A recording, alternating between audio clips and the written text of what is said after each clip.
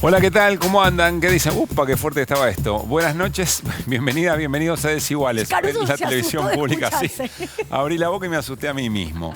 Bueno, ha pasado varias veces también, ¿no? Sí, Sobre sí. todo en terapia. ¿Qué tal? ¿Cómo están? Estamos en vivo por la televisión pública, hacemos Desiguales. Lucila Trujillo, buenas noches. ¿Cómo estás, Caruso? Look de cirujana me gusta. Es un muy lindo look. Está muy bien, sobre todo en un día de bastantes operaciones, ¿no? Sí, Estaba a corazón pensando. abierto. A corazón abierto, exactamente. Bueno, a ver, mucha información para hoy en Desiguales y por supuesto seguimos en medio del clima y la escena política que dejaron las elecciones primarias en la Argentina. Hoy el ministro de Seguridad de la Nación, Aníbal Fernández, descartó, es decir, negó que episodios de asaltos a supermercados y comercios en algunas pocas ciudades del país, inclusive algunas localidades del conurbano bonaerense, respondieran a saqueos espontáneos. Ya la palabra saqueo es un montón en la memoria activa de la Argentina.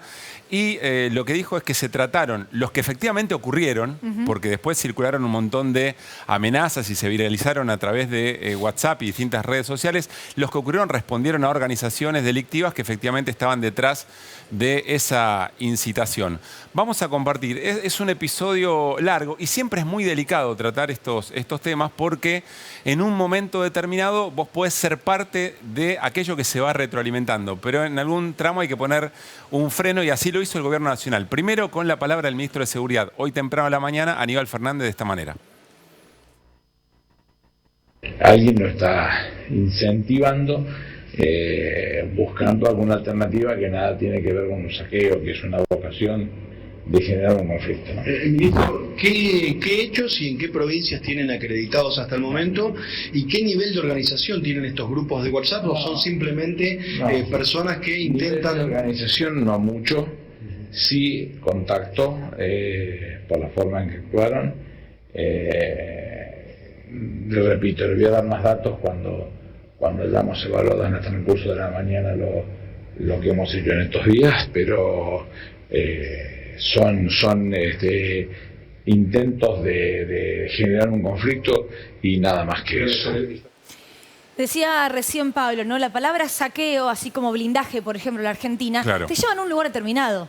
Digo, hablar de saqueo es hablar de diciembre del año 2001, sin ninguna duda. Así como decíamos hace un tiempo cuando Bullrich decía hay que blindar el Banco Central, bueno, nos remontaba también a otro momento de nuestra historia. Por eso no es inofensivo, por eso genera incluso que hoy de esto se hable fuera de los medios de comunicación. Se hable en grupos de WhatsApp, se hable entre amigos, entre familia. Che, ¿te enteraste de esto? ¿Te enteraste del otro? Genera miedo. Hay un reflejo nuevo, por suerte, que es, che, Sí. ¿esto será cierto? Y entonces aparece la pregunta porque esa defensa empieza a aparecer. Sí, lo que pasa es que después ocurren mensajes como los siguientes que vamos a compartir ahora, que son de candidatos a presidente. Digo, y con muchas chances de gobernar nuestro país. Uno, por ejemplo, Patricia Bullrich, que dice, los argentinos piden orden ya, los intentos de saqueos son el resultado del país roto que nos están dejando. Nada justifica estos ataques a la propiedad privada ni la inacción del gobierno. Necesitamos orden y ya. No podemos perder más tiempo para darle seguridad a los argentinos. Y esto venía acompañado de un video que no decía exactamente en dónde estaba ocurriendo. Claro, atención, paréntesis, la palabra orden, ¿no? Ya está bastante hablado esto, pero en Juntos por el Cambio desaparece la promesa de cambio porque la tiene Javier Milei y aparece el concepto de orden frente al caos, que incluso supondría la posibilidad de que Milei sea presidente en la estrategia electoral de Juntos por el Cambio. Pero hablando de Javier Milei, y es interesante Javier Milei porque en referencias al 2001, Javier Milei está diciendo explícitamente que se vayan todos, digamos, ¿no? Como parte de su campaña. Las dos caras de la misma moneda. Es trágico volver a ver luego de 20 años las mismas imágenes de saqueos que veíamos en el 2001. Pobreza y saqueo son dos caras de la misma moneda. La Argentina no resiste más este modelo empobrecedor que se sostiene por la fuerza de quienes viven a costa del esfuerzo de los argentinos de bien. Una Argentina distinta es imposible con los mismos de siempre. Bueno, y la marca, ¿no? Viva la libertad, carajo. A esto respondió, decíamos por eso, el Gobierno Nacional sale a través de su ministro de Seguridad, pero también de la portavoz del Gobierno, Gabriela Cerruti, con este mensaje, Lu. Las imágenes que están circulando en las redes son falsas, publicadas en cuentas que claramente son seguidores o empleados de Javier Milei. No hay tales saqueos, hay rumores y agitación a través de grupos de WhatsApp porque son profundamente antidemocráticos y quieren desestabilizar. Sumó también un video en TikTok, Gabriela Cerruti. A ver, Que hubo robos en grupos, es cierto. Sí. Que ocurrieron en distintos puntos del país, que por ahí uno no entiende ni siquiera la conexión entre ellos, también. Que comenzó a haber un rumor en ciertas ciudades, incluso la ciudad de Buenos Aires, de guarda que vienen a saquear y por eso bajamos las cortinas. Sí, también. Comerciantes que genuinamente y con miedo lógico dijeron, che, bajo, hoy no abro más por miedo a que me entren a robar y a saquear.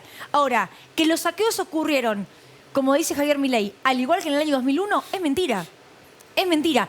Y quienes hablaron sobre esto, y es muy interesante escuchar, son los gobernadores de Mendoza y de Neuquén, dos provincias donde no hoy, hace varios días que se viene hablando de esto porque hubo robos en grupo organizados. Comencemos escuchando al gobernador de Mendoza, que nada tiene que ver con el gobierno nacional, es de Juntos por el Cambio, el radical Rodolfo Suárez. Quiero enviarles un mensaje a todos los mendocinos y a las mendocinas para advertirles que esta difusión de mensajes por WhatsApp que hay son todos falsos, maliciosos y cobardes. Quizás orquestado por alguien, estamos averiguando el móvil si es político o no es político. Y a aquellos que envían los mensajes, advertirles que le va a caer todo el peso de la ley y que está la policía de investigaciones trabajando en tal sentido. Como les cayó el peso de la ley a aquellos que quisieron alterar el orden público en el día de ayer y anteayer y ya están detenidos en el penal. Así que por favor les pido, no difundan estos mensajes que son falsos y sigan su vida con tranquilidad y con normalidad. Personas detenidas en Mendoza, también personas detenidas en Córdoba, más específicamente en Río Cuarto, como coordinadoras o instigadoras efectivamente de esos delitos en determinados comercios. Bueno, también habló el gobernador de la provincia de Neuquén, Omar Gutiérrez, tampoco un gobernador oficialista, en este caso el Movimiento Popular Neuquino, por otros episodios que se dieron en la provincia, y esto decía. Se da esta discusión si es saqueo o no es saqueo. El lunfardo clásico es denominar saqueo, no está tipificado jurídicamente de esa manera, pero no estuvimos frente a los tradicionales históricos saqueos que se dieron en el año 2001. Esto fue, a mi entender, grupos minúsculos que tienen antecedentes delictivos quienes llevaron adelante y perpetraron física y personalmente dichos eventos con antecedentes, reitero, ya penales y judiciales. Se ha instigado esto a través de las redes sociales, ha habido un grupo, es decir, ¿quién está detrás de estos eventos? Entonces, lo que surge claramente es que ha habido un grupo instigador que automáticamente va llevando hacia donde por ahí la policía en ese momento no tiene la presencia, está diciendo este sector está más vulnerable, en esta ciudad, en este pueblo, este comercio, y luego automáticamente, cuando están entrando, directamente los levanta y los refleja en las redes.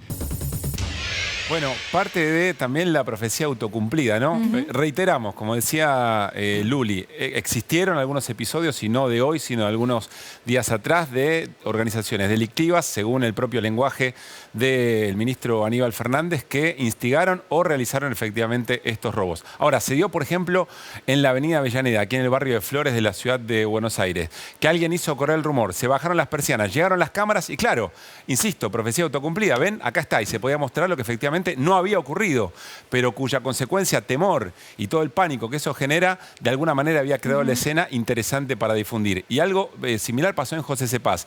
Durante la mañana se había dicho que habían ocurrido un montón de cosas, no ocurrió nada, luego a la tarde sí, efectivamente, aparecieron algunos episodios y había imágenes de supermercados cerrados con algunas instancias bloqueadas, pero era en función del pánico que se había generado antes también. Bueno, situaciones muy difíciles de controlar. A mí personalmente me parece muy bien que el gobierno salga a aclarar situaciones y a tratar de ponerle un freno a esta situación, ¿no? En la ciudad de Buenos Aires también hubo detenidos. Escuchábamos que en Mendoza y en Neuquén y en Córdoba ocurrió algo similar. Néstor, vos, ¿qué nos podés agregar sobre, bueno, alguien que detienen en este tipo de acción? ¿Qué pena le cabe? Vamos a ponerlo un pasito más atrás. Dale. Te mando por WhatsApp, che, en tal lugar están saqueando, vamos para allá. Eso es un delito. Artículo 209 del Código Penal, el que públicamente instigare a cometer un delito determinado contra una persona o institución será reprimido por la sola instigación con prisión de 2 a 6 años. según la gravedad del delito y demás circunstancias. Es decir que esto, Instigar ya es un delito. Instigar es un delito que se reprime con hasta 6 años de prisión. Lo cierto es que hay poca gente que haya sido condenada a 6 años de prisión por instigar a cometer un delito. No hay mucho antecedente, pero eso que estás haciendo cuando propalás, che, vamos para allá porque vamos a saquear, estás cometiendo un delito. Interesante pensar quién puede estar detrás, ¿no?, de esta instigación. Digo, ¿quién gana con esto? Es que hay algo raro y es que para mí estuvo bien lo que hizo el ministro de Seguridad, Aníbal Fernández, que dice, son grupos de WhatsApp sin adjudicárselo a nadie. Pero por lo que vi la portavoz presidencial, bueno, por lo que vimos ahí, se lo adjudica Sí, directamente a Javier sectores. Milei. No entiendo si hay pruebas para sostener eso, porque si no hay pruebas para sostener eso, que sea una voz oficial, y si no hay una denuncia de eso, es que en un lugar medio raro. Quedás regalado la respuesta. Sí, lo que Déjame plantea, agregar, perdón, Nico, Néstor, y te doy, que es que Gabriela Cerruti lo que señala es que tanto desde las cuentas oficiales de Patricia Bullrich, de Javier Milei y distintos seguidores de Javier Milei que replicaban eso, y ahí asigna la responsabilidad En redes sociales. de la creación de esta... En redes claro, sociales. sí, de crear el ánimo No en la ese sentido. agitación, no la agitación en el grupo de WhatsApp, que es lo que dice. Por eso es digo, el tuit que vimos. una Claro. cosa es la creación de clima a través de redes Sí. sociales y otra cosa es la instigación Así es. al hecho en sí mismo. Entiendo que habla de redes sociales, por lo menos el tuit que veíamos recién. En tanto funcionaria pública, Gabriela Cerruti o quien fuera que publique eso en la red social que sea, tiene la obligación de formular la denuncia penal. Ante la presencia de un delito, un funcionario público está obligado a llevar eso a la justicia. Bueno, justamente decíamos que subió un video Gabriela Cerruti, vamos a compartir para escuchar qué dijo. Buenas noches. Quería contarles algo, decirles algo que me parece que es súper importante y que sobre todo los que venimos, las que somos más viejas, los que somos más viejos y que pasamos muchas veces por estas situaciones, nos parece muy importante estar alertas y saber. La verdad es que desde el viernes están haciendo correr en las redes, armando, es organizado, no es nada espontáneo, a través de grupos de WhatsApp, todos ligados a las cuentas de Libertad Avanza, todo ligado a Javier Milei, diciendo que hay saqueos, que hay rumores, que hay cosas. ¿Eso qué hace? Hace que la gente efectivamente se asuste, corran en los negocios diciéndole a la gente va a haber saqueos y entonces los comerciantes cierran. Después suben a las redes las imágenes de esos comerciantes cerrando diciendo vieron que en saqueos no hay. Vos pasaste corriendo antes diciéndole que esto iba a pasar. Entonces esto es una operación armada por la gente de Javier Milei que tiene como objetivo... Habla de una operación mediática armada por la Libertad Avanza. Insistimos, y como decían nuestros compañeros, si creen efectivamente que hay un delito hay que denunciar. Lo que queríamos arrancar hoy Desiguales es con lo que creemos que es la noticia del día. Porque cuando excede solamente al ámbito periodístico o a la rosca de la política y pasa a ser una noticia en grupos de WhatsApp de personas que nada tienen que ver ni con los medios ni con las funciones públicas, es la noticia del día. Sean reales o no, o sean de tal magnitud o no, hay detenidos, hubo robos y hubo miedo. Y la eso preocupación, es claro, y la preocupación general. Sí, claro. Yo insisto con las referencias al 2001. Javier Milei hace campaña diciendo que se vayan todos, vuelve con esa consigna, vuelve la idea de lo que efectivamente fue un país muy distinto al de ahora, que por supuesto también tiene enorme cantidad de desigualdades, un montón de situaciones pendientes, sectores muy, pero muy vulnerados, pero bueno, son situaciones, momentos históricos y contextos bien distintos. Pienso en lo que tiene que ver con esto y el rédito político, ¿no? Y por ahí es más el ámbito de Nico, pero lo que digo es, falta mucho para octubre. Montonazo. Pasó una semana solamente de las PASO, parecieran, insisto, Argentina modo perro, que pasaron 7 años. Pero de verdad creo que la velocidad que va tomando Javier Milei, ya en un modo de soy el próximo presidente de argentinos y argentinas, no sé cuánto lo beneficia a él. A mí me parece que hay algo que está menospreciado y es el plan que hay detrás de la fórmula Milei-Villarruel. O sea, son mucho más profesionales de lo que se creía, están mucho más organizados de lo que se creía, tienen muchas más herramientas de lo que creía. Esto de instalar en redes sociales, esto está organizado, pero aparte se conocen. Las personas que trabajan en redes sociales de Libertad Avanza dan notas en radio. Sí, hoy escuché uno, de hecho. Espera, Nico, en relación a esto vemos el tuit desde Ramiro Barra. Candidato a jefe de gobierno de la Ciudad de Buenos Aires por la Libertad Avanza, saqueos en distintos puntos del país, robos a locales, supermercados, shoppings, violencia en las calles, etcétera. ¿Dónde carajo está Fernández Aníbal? ¿Vas a volver a decir que no es tu jurisdicción? Sos el ministro de Seguridad, maestro, hace algo. Está mintiendo igual, no hubo saqueos en shoppings. Igual si todo eso que pasó, efectivamente pasó, Aníbal Fernández tranquilamente podría volver a decir que no es su jurisdicción y no estaría mintiendo. Además, es real. No sé, que me corrija Néstor, pero parece que sí. No, por eso digo, hay una cuestión de...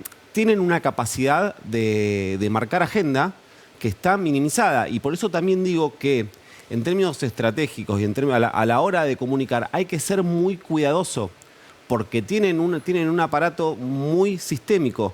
Cuando vos te sentás a decir, mirá qué burro este que está diciendo que que se pueden vender niños, por ejemplo. Un día se pueden vender niños, otro día se pueden cambiar órganos, otro día dolarización, pero copan la agenda en forma permanente. En forma permanente. Entonces, si vos no pensás bien cómo responder, cómo contraatacar, quedás en offside. Por eso digo, hay que tener cuidado a la hora de salir a denunciar, aclarar que se está hablando de una campaña en redes sociales, que no se mezcle, porque te van a salir a decir, encontrame un WhatsApp mío diciendo, o algún militante de la Libertad Avanza diciendo que hay saqueo. Todo lo que viene pasando a partir del resultado de las PASO, análisis por todos lados que se saludan y se celebran respecto de entender un poco la escena. Y hay ahí como una disputa, ¿no? ¿Es la letra de lo que efectivamente la Libertad Avanza plantea, de lo que plantea Milei? Es una escena que ya estaba, como dijo Daniel Feinstein aquí en Desiguales el domingo, una escena que ya estaba y alguien la tenía que ocupar. Es un estado de ánimo el que convida a que no importa qué barbaridad se plantee, hay una conexión con un sector que evidentemente con otro sector de la política más formal o que tiene más recorrido en estos años, bueno, se ha perdido.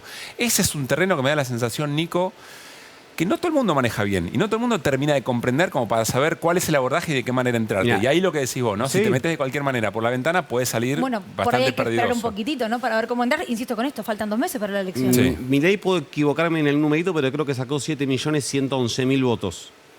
Es muy difícil creer que detrás de 7.111.000 votos hay 7.111.000 personas que quieren vender pibe, poner una bomba al Banco Central. Entonces, ahí hay un componente que esto me lo asigno yo como pensamiento mío, porque no tiene un dato detrás, que es, yo creo que el principal componente detrás de Javier Milei es un hartazgo al sistema político que no trae soluciones, que no le mejora la vida a la gente. Van por lo menos 2 mandatos consecutivos de gobiernos que no le solucionaron la vida a la gente. Después podemos discutir por qué se hizo, si no se hizo, pero en términos concretos, en términos sobre todo de la economía del hogar, hay 2 gobiernos consecutivos que no mejoraron la situación de la gente. Y en gran parte las personas entraron a ese gobierno y cuando terminó ese gobierno estaban peor. Eso es un hecho concreto. Pandemia de por medio que sale la gente bastante enojada de por sí con la vida. No en Argentina, además, en el mundo. Veamos lo de Victoria Villarruel, porque la candidata de Milei a vicepresidenta ayer a la mañana ya estaba escribiendo esto. Los saqueos orquestados en Mendoza, Neuquén y Río Cuarto muestran una coordinación y una directiva concreta para delinquir. No hemos visto al ministro de Seguridad manifestarse sobre esta situación que abona aún más el clima destituyente. Quiero dejar algo en claro. Con Milei no vamos a tolerar el delito. Seremos inflexibles con aquellos que le roban al trabajador sus ganas de progresar en nuestra tierra. Bueno, acá hay 2 cosas, ¿no? Primero, instalando una escena, no tanto Victoria Villarruel, sino sí más Milei y Bullrich, instalando la idea del saqueo como ese estado de ánimo y de situación concreta del 2001. Pero fueron hoy a la tarde, ella fue a la mañana. Pero aquí Victoria Villarruel hablando de la inacción, aprovechando sobre qué haría si efectivamente tuviera a su cargo, esa es su misión en caso de que gobernara Libertad Avanza, el Ministerio de Seguridad, eventualmente el de Defensa, ¿no? Seguirá, como todo en la Argentina. A mí algo que me llama la atención es que si yo fuera Milei, bueno, estoy muy lejos de ser Milei, no le haría tanto. La continuación de esa frase. Del 2001. Yo no lo haría tanto ahora de nada. No, yo lo haría tanto del 2001. ¿Por qué?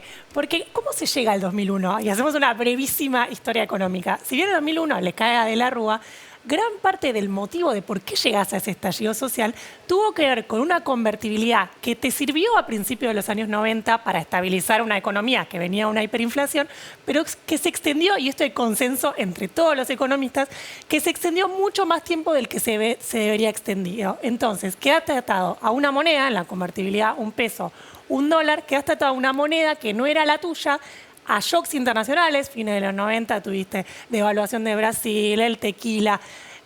Del 97 en adelante nunca se recuperó la economía argentina y eso terminó con Argentina, recordemos, demandando dólares, pidiéndole por favor el blindaje, pidiéndole al Fondo Monetario, a bancos internacionales. Esos dólares nunca llegaron y eso termina en el 2001. ¿Quiénes son algunos de los economistas de Javier Milei? Fueron funcionarios de Carlos Menem. Hay una pregunta muy incómoda y es como si eso efectivamente importa en la narrativa. Claro, ¿qué es eso? ¿Vos cómo le explicás eso a la mujer que se levanta todos los días a las 6 de la mañana, le tiene que pedir a su pareja o a su hijo mayor que la acompañe a la parada para no estar sola y que no la afanen en el camino, subirse al bondi, por ahí viajar 2 horas para trabajar en negro 14 horas y no llegar a fin de mes. ¿Cómo le explicas eso? Yo creo que hay... Y que el sistema político no se lo soluciona. El debate es muy grande, de todas maneras creo que hay un momento en que mi empatía hacia un votante de Milei tiene un límite y es la opción, desde mi lugar, nunca es romper todo y que explote por los aires. Porque la respuesta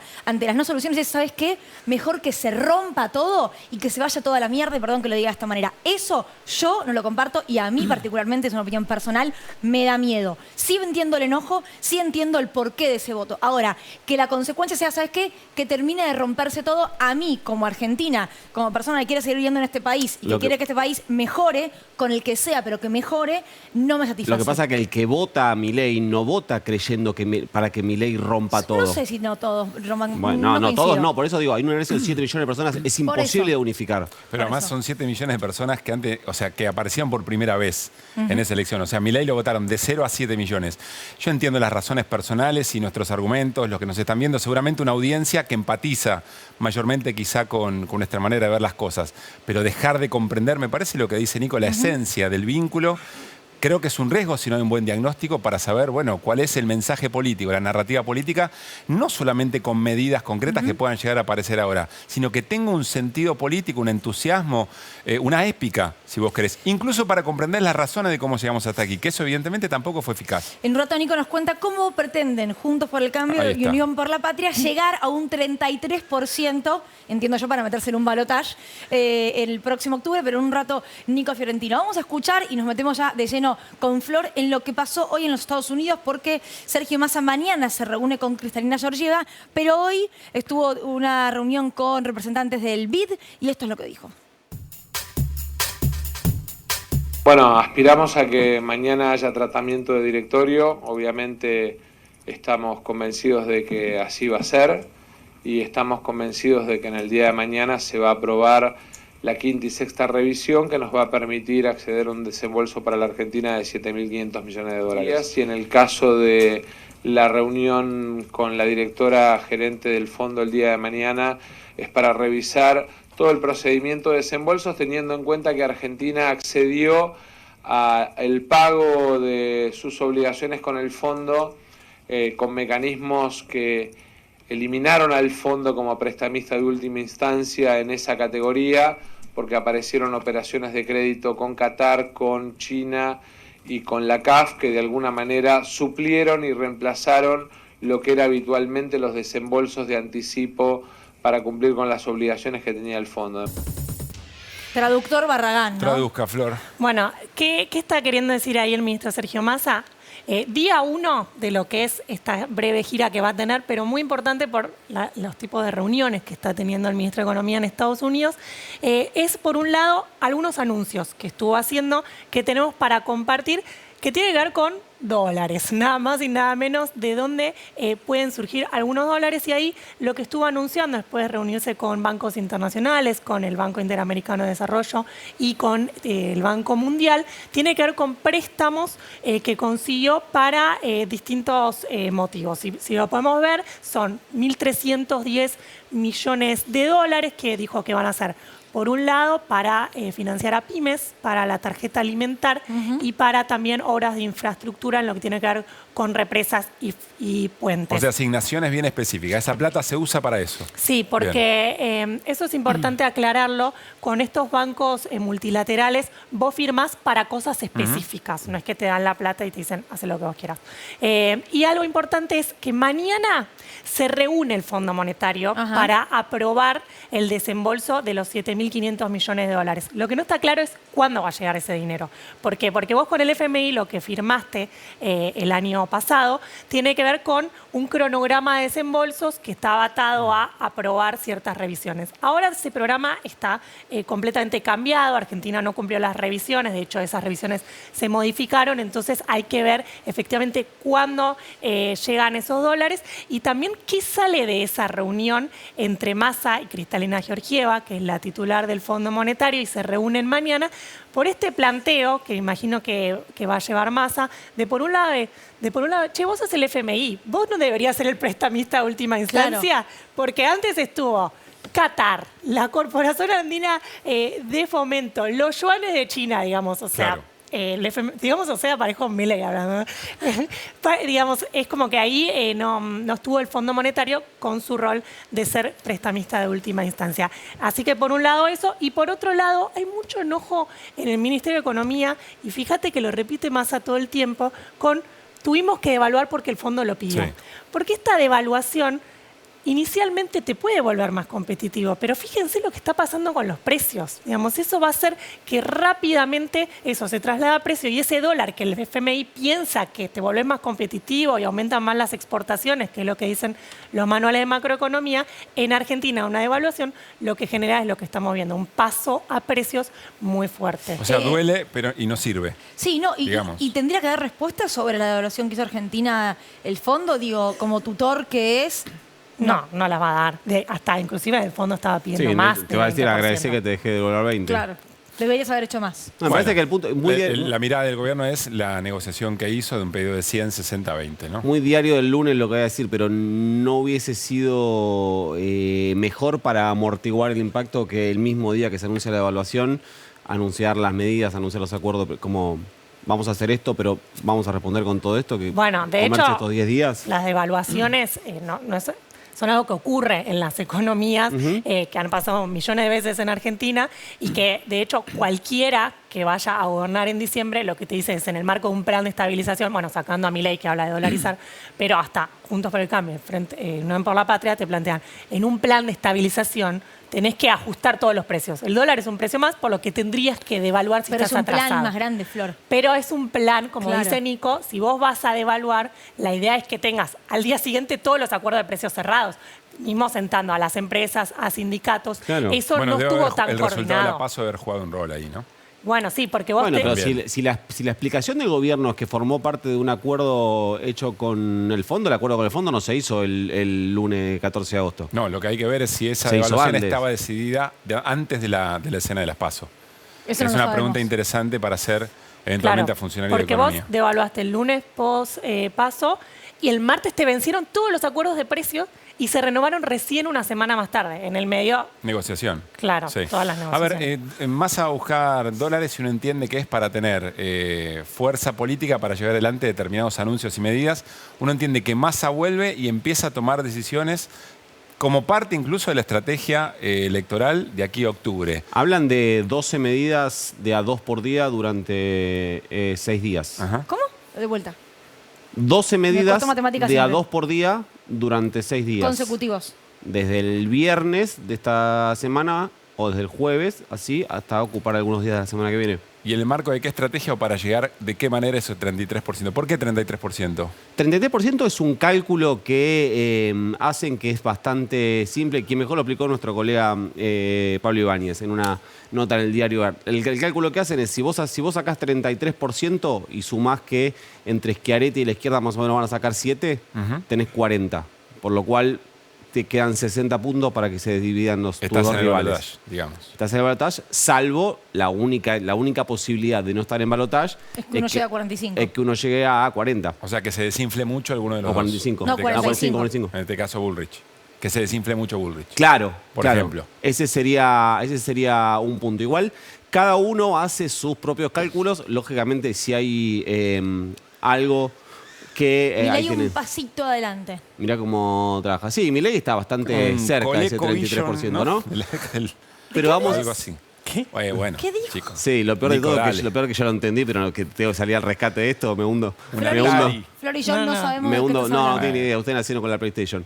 No, lo que está, a ver, lógicamente las personas que participan en política tienen un optimismo nato, si no participas en política, entonces vamos a tratar de explicar cuáles son los cálculos que hace Sergio Massa por un lado y Patricia Bullrich por el otro, para tratar de llegar a ese 33%. Si quieren, empecemos por Sergio Massa, creo que tenemos una plaquita para ver, que A ver, está ahí dividida está. en primeros puntos. Bueno, primero, un aumento consideran que un aumento de la participación lo favorece. Esto lo explicamos Sí. ayer con Sí. ese trabajo muy interesante que hizo la CELAC, donde dice que entre los 6,5 millones de votos de personas, no quiero decir votantes del Frente de Todas, personas que votaron al Frente de Todos en 2019 y ahora no lo votaron, él considera que más o menos un 75%, la CELAC considera que un 75-77% son personas que no fueron a votar y que un 20-25% fueron a Javier Milei. Así que, primer componente, aumentar la participación. Segundo, sostener el voto de Juan Grabois, que yo tengo una hipótesis y es que me parece que tiene más complicado Massa sostener el voto de Grabois que Bullrich el voto de Larreta. ¿Por qué? ¿Qué? ¿Por No qué? lo había escuchado eso hasta ahora. Argumente. Porque el votante de Grabois tiene en las ofertas electorales que llegaron a las, digamos, que pasaron las PASO, tienen una alternativa que los votantes de Larreta para mí no tienen. ¿Y por qué no lo eligieron Perdón, ¿qué en primera alternativa? vuelta? ¿La izquierda? ¿Y por qué no eligieron las PASO, esa alternativa? Bueno, porque lógicamente, para eso están las PASO. Tu opción A, ¿vos votás en la PASO o votás tu opción A? Tu opción A no está. Y ahora con el abanico de posibilidades... Pero no coincido. La gente de Larreta, si quisiera un moderado de consenso, iría con Schiaretti. Sí, puede ser, pero no es ganador. Y la izquierda tampoco es ganadora. No es ganadora, pero tiene un componente emocional, tiene si vos sos un una cuestión tibio... estratégica. La emocionalidad del moderado, Luli, ahí no sé si te banco. Claro. Es que, bueno, pero existe, no sé. Pero digo, si vos de verdad querés un candidato de consenso y moderado y no sé qué, y te movés por eso, tenés una opción que es Schiaretti. Vos lo que tenés en el voto de Grabois es un componente ideológico. El voto ideológico no necesariamente vota ganador. Si vos querés un moderado, no es porque sos un enamorado de los moderados, es porque querés que un moderado te gobierne. ¿Se entiende? Entonces vos podés optar por un moderado al que vos no votaste en primera instancia porque creés que lo conveniente para un gobierno, para eso votás a ganador. No hay un componente ideológico atrás. Creo que si se puede emparentar la ideología de la izquierda con la de Juan Grabois, una persona realmente convencida de que esa es la que lo representa, votó a la izquierda de entrada. De hecho, tenían una interna interesante también ahí entre Solano y Bregman. Digo, no era tampoco servido quién pasaba en la primera vuelta, en mi opinión. Ese es el votante de izquierda. Lo que yo digo es, hay 6 puntos que sacó Juan Grabois que Massa tiene que intentar sostenerlos. Yo personalmente considero que los 6 puntos que sacó Grabois tienen, si dentro de esos 6 puntos hay personas que votaron con un componente ideológico, tienen en la izquierda una opción que el 11% que votó a Larreta, que votó a ganador, porque el que votó a Grabois ya no votó a ganador, ya sabía que no iba a ganar. El 11% que votó a Larreta sí votó a ganador. Entonces es un votante que evidentemente pone su voto en alguien para que lo gobierne, no en un contexto ideológico. Ese voto ideologizado de Grabois que podría mutar, ¿podría implicar un corte de boleta, votar a Massa para presidente y meter a diputados de la izquierda en el Congreso? Hay votantes para todos los gustos. Es bastante complicado. Digo, por el componente ideológico que vos estás poniendo en manifiesto, como que no fideliza el voto de Grabois, el transporte directamente a Massa. Bueno, ese componente ideológico que lo vuelca hacia la izquierda también puede tener una cierta practicidad. Yo lo que creo es que entre las opciones que pasaron a las PASO, considero yo, y me hago cargo de esto, que Massa tiene más complicado que Bullrich sostener el voto de Larreta, porque el voto de Larreta no tiene otra opción a dónde ir. Incluso Massa, te diría. Seguimos. Bueno, ahora vamos a eso porque lo vamos a charlar después. Después, bueno, los votos, lógicamente, después en términos territoriales, votos del conurbano y votos del norte grande. Gobernadores ahí. Están pasando, bueno, ya tuvo Massa reuniones con varios gobernadores, estuvo con Silioto de la Pampa, estuvo con Quintela de la Rioja, me falta uno con Gustavo Sáenz. Estuvo con los del norte también el miércoles de pasado. Salta y también con el tema de los intendentes. El tema de los municipios, de decir, bueno, todos los que te votaron a vos, no necesito que me voten a mí también. Sobre todo por los 15, 20 puntos de diferencia que hubo en algunos distritos y la baja participación que hubo en distritos muy importantes. Florencio Varela, José Cepaz, Merlo, gente donde fue a votar mucho menos que en elecciones anteriores. Y ahora hagamos la otra cuenta, que es la cuenta de Patricia Bullrich y tiene que ver con esto que decía recién del componente ideológico. Lo primero que ven es algo que está sostenido al menos estadísticamente. No sé si política, si coyunturalmente, pero estadísticamente se sostiene en que el PRO históricamente siempre crece entre las PASO y las generales. Le pasó en las elecciones presidenciales y le pasó en las elecciones de medio término, así que se agarran de eso. Después, bueno, sostener el voto de Larreta. Acá es donde yo digo que quien especule con que haya una fuga masiva de votos de Larreta moderados a Sergio Massa, el principal componente del voto de del PRO es el antiperonismo. Sí, totalmente. Entonces, si estuviésemos hablando del Massa del Frente Renovador, es una cosa, el Massa de Unión por la Patria para mí es otro, así que yo sostengo que me parece que Patricia Bullrich tiene grandes posibilidades de quedarse con la mayor parte de los votos de Rodríguez Larreta. ¿Qué me falta? Bueno, ha ido el voto útil de Schiaretti, confían que puede haber un porcentaje que puede ser un 0,5, un 1%, un 1,5% de los votos del porcentaje que sacó Schiaretti, que puede reconvertirse en un voto útil, tal vez por el temor a Larreta. ¿Y qué me falta? Bueno, y esto ya es especulación del comando de campaña de Patricia Bullrich, que ellos creen que con el impacto económico que va a tener la devaluación, tanto en los meses de agosto como septiembre, como parte de octubre, ellos creen que Sergio Massa se expone a una caída en la cantidad de votos más que a crecer. Bueno, el desafío, ¿no? Y sobre todo el gobierno que tiene la posibilidad de la acción política, además de las cuentas que pueda hacer en términos de dónde ir a buscar los votos. Nos vamos a ir al Congreso de la Nación. ¿Por qué? Porque hoy hay un trabajo de comisiones. Ustedes saben que antes de que se vote un proyecto en el recinto, se trabaja en comisiones.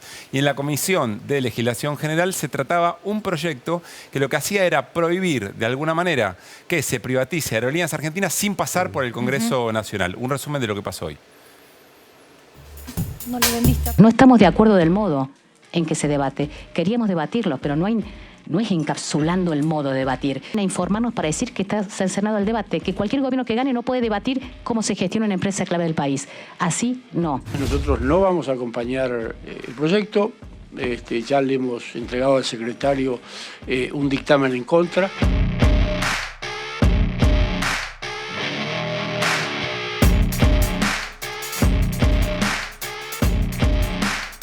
Lo que no quieren es proteger a Aerolíneas Argentinas.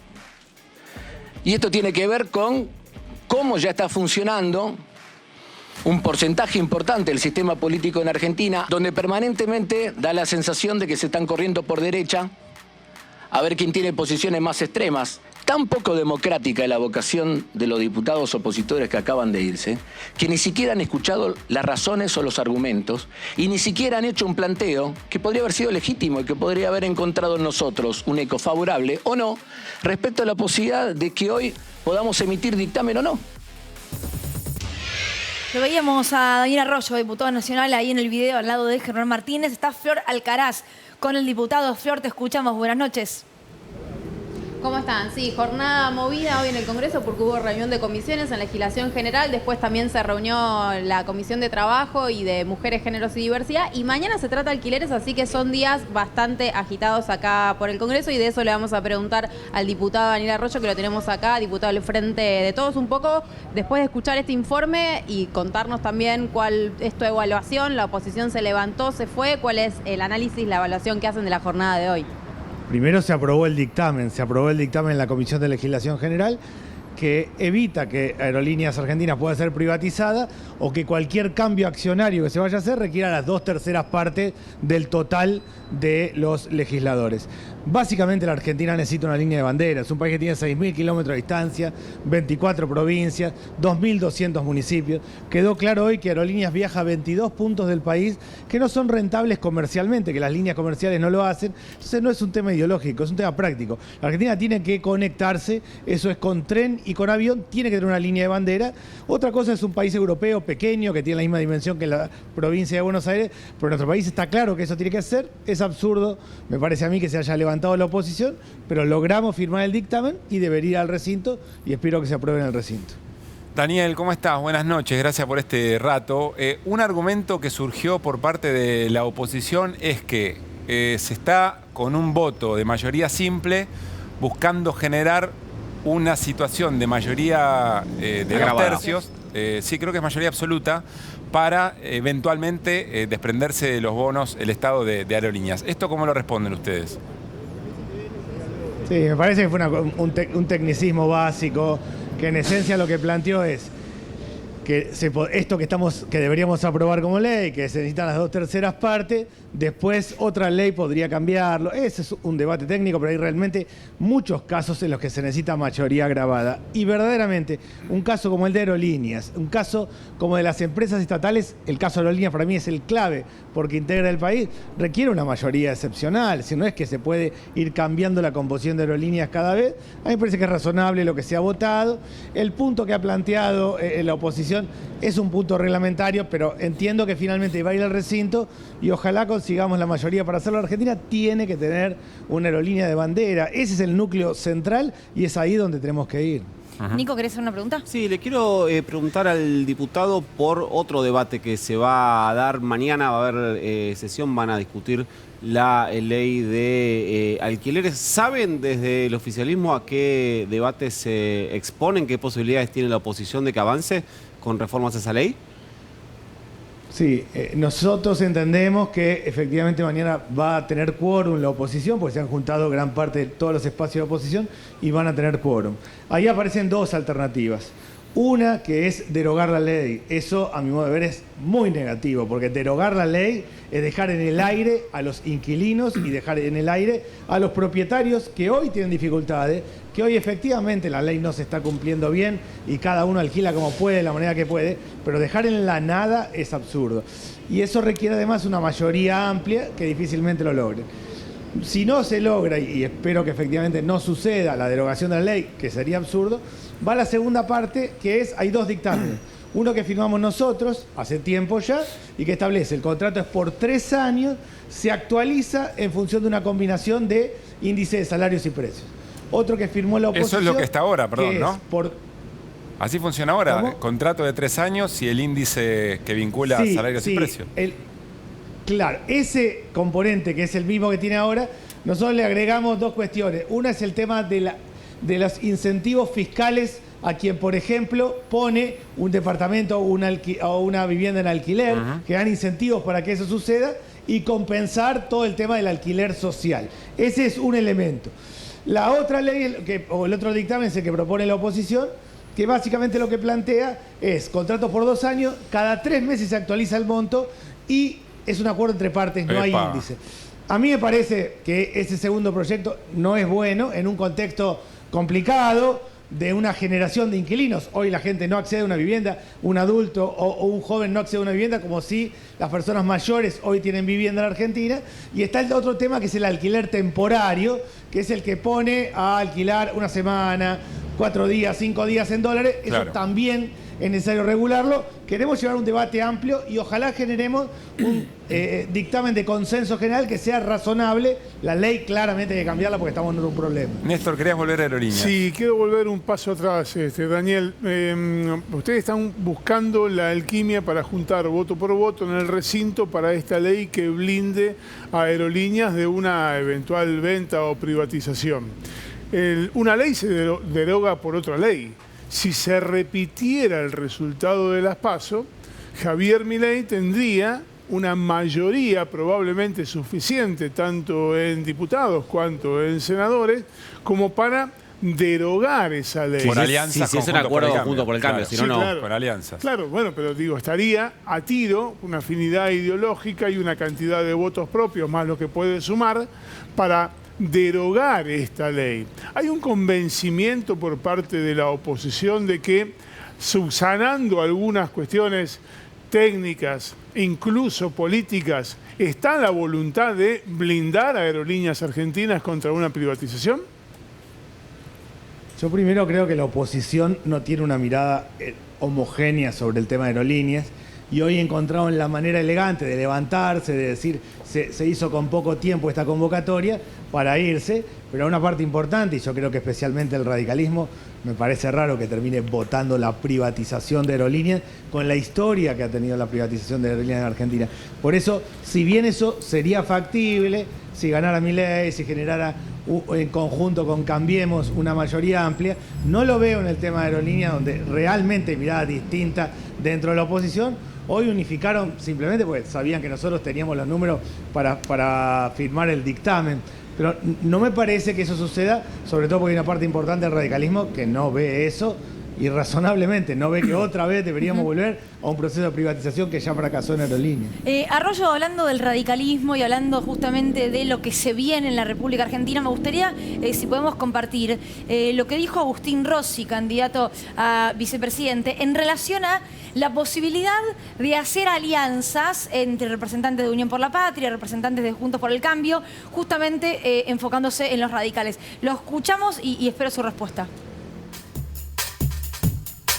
Hemos planteado una idea fuerza que la planteó el mismo Massa el domingo a la noche de los resultados en nuestro búnker, que en el caso de ganar las elecciones íbamos a hacer un gobierno de unidad nacional, convocando a todos aquellos sectores que reivindiquen la democracia como forma de relacionamiento dentro de la sociedad, que tengan en claro la idea de justicia social y de equidad. Así que vamos a trabajar en este sentido, tratando de transmitirle a los argentinos nuestra propuesta. ¿Lo ve posible, diputado? Sí lo veo posible. En mi opinión hay una línea de tiempo que incluye irigoyenismo, peronismo, alfonsinismo y kirchnerismo, con matices, con idas y vueltas, con distintos momentos, pues está claro que podríamos llamarlo todo dentro del mundo del campo nacional y popular, que básicamente está pensando en el desarrollo nacional y el desarrollo argentino desde los propios recursos y con el objetivo de que los 46 millones de argentinos estén adentro. Esa línea, esos distintos ciclos políticos han tenido ese esquema. Pero Daniel, ¿tiene nombre propio esto en el Congreso, en los diálogos que vos tenés con sectores de la oposición donde mantenés el diálogo? ¿Hay efectivamente un nombre propio, algunos nombres propios que hagan de esto una realidad? Si uno ve Cambiemos, tiene distintos bloques, es un interbloque. El bloque de evolución, por ejemplo, yo veo una parte, el bloque de una parte del radicalismo, no los veo votando objetivamente la privatización de Aerolíneas, no los veo queriendo mercado a lo bestia y al extremo. Eso no va a tener su concreción de acá al 22 de octubre, donde estamos todos compitiendo para entrar al balotaje. Pero hacer un gobierno, primero acuerdos eventuales frente a un balotaje, y hacer un gobierno de verdad de consenso amplio es muy necesario. Yo una parte importante del interbloque de Cambiemos no lo veo cercano a la idea de un cambio brutal. La Argentina tiene que hacer un cambio. Está claro que estamos frente a un modelo agotado de escuela secundaria, de sistema de crédito, de modelo de programas sociales, pero ese cambio puede ser equilibrado, ordenado, equilibrado entre Estado y mercado, o puede ser a lo bestia. Ahora, a lo bestia genera pobreza y no veo una parte del radicalismo acompañando eso. Usted habla de posiblemente acuerdos de cara a un balotaje. Entiendo que está suponiendo que sería Milei-Massa. El 30% de Milei en el Congreso en estos días, en los pasillos, entre radicales, peronistas, ¿qué generó? No, a ver, yo creo que hay mucha gente sorprendida en el Congreso y en varios lugares. Yo no imaginaba que iba a tener ese nivel de votos Milei, pero sí lo veía crecer objetivamente, sí lo veía crecer en los jóvenes y sí lo veía crecer en los barrios populares. No tenía idea de qué porcentaje, pero objetivamente sí. Y lo que ha generado, no solo esta votación, sino lo que viene pasando en el Congreso hace un tiempito ya, es que cada uno ve si va hacia el más extremo. Ha habido una competencia como ir a la cosa más extrema. Uno dice cárcel o bala, viene otro dice dolarizamos, otro dice salimos del cepo de un día, otro dice hacemos tal cosa. Ha habido como una competencia de irse a lo extremo. Mi impresión es que también este proceso electoral ha marcado que eso es una parte de la sociedad. Y yo creo que vamos a tener, y espero que sea así, un Congreso más moderado en las próximas semanas, en los próximos meses. Espero no equivocarme. Daniel, en concreto, ¿qué crees que hay que hacer de acá a octubre para que el oficialismo tenga una mejor performance y se ubique efectivamente en balotaje? Dos cosas. Uno es caminar el territorio, recorrer, ir casa por casa, hablar con cada uno, poner cuerpo a cuerpo, estar y sentir que los que están haciendo campaña les duele el dolor del otro y ven la realidad que está durísima. Y lo segundo es tener propuestas en dos temas. La sociedad solo escucha dos temas: precio de los alimentos e inseguridad. Nosotros no vamos a resolver el precio de los alimentos de acá a octubre, pero sí dejar un camino claro de cómo hacemos con el pan a 1.000 pesos, con la leche a 400 y con el kilo asado a 2.600 pesos. E inseguridad, que es lo otro que le quema la cabeza a una persona, que es dar 2 vueltas a la manzana antes de entrar a la casa, no salir después de las 6 de la tarde de la casa, o la familia que está rezando porque sus hijos todavía no volvieron. Para mí la sociedad solo va a escuchar precios de los alimentos e inseguridad, y ahí tenemos que marcar un sendero claro de qué cosa distinta vamos a hacer para adelante. Ahí, si lo hacemos, vamos a tener la posibilidad de que una parte de la sociedad nos escuche. Arroyo, le agradecemos mucho por su tiempo, también ahí a Flor Alcaraz. Y por el gesto técnico, ¿no? De tratar de evitar el ruido en el exterior, que incomoda, pero gracias por eso también. Gracias. Gracias y buenas noches. Gracias, Flor. Vamos a seguir mañana seguramente en vivo todo lo que tenga que ver con la sesión de alquileres en el Congreso Nacional. Yo coincido con Nico en algo muy puntual. Creo que mañana en esa discusión se juegan dos modelos también, ¿no? El rol del Estado, lo que significa el mercado avasallando. Bueno, veremos cuál de todas las opciones que planteó Arroyo mañana prospera. Pero la derogación, o efectivamente quede en un mano a mano de inquilino e inquilina con propietario en esa desigualdad. Como había sido antes de la ley, ¿no? Bueno, son dos perdidosas, me parece. Néstor Espósito, causa Cuadernos. Vamos de nuevo Parecía con que Cuadernos. le iba a tomar prueba, ¿viste? No.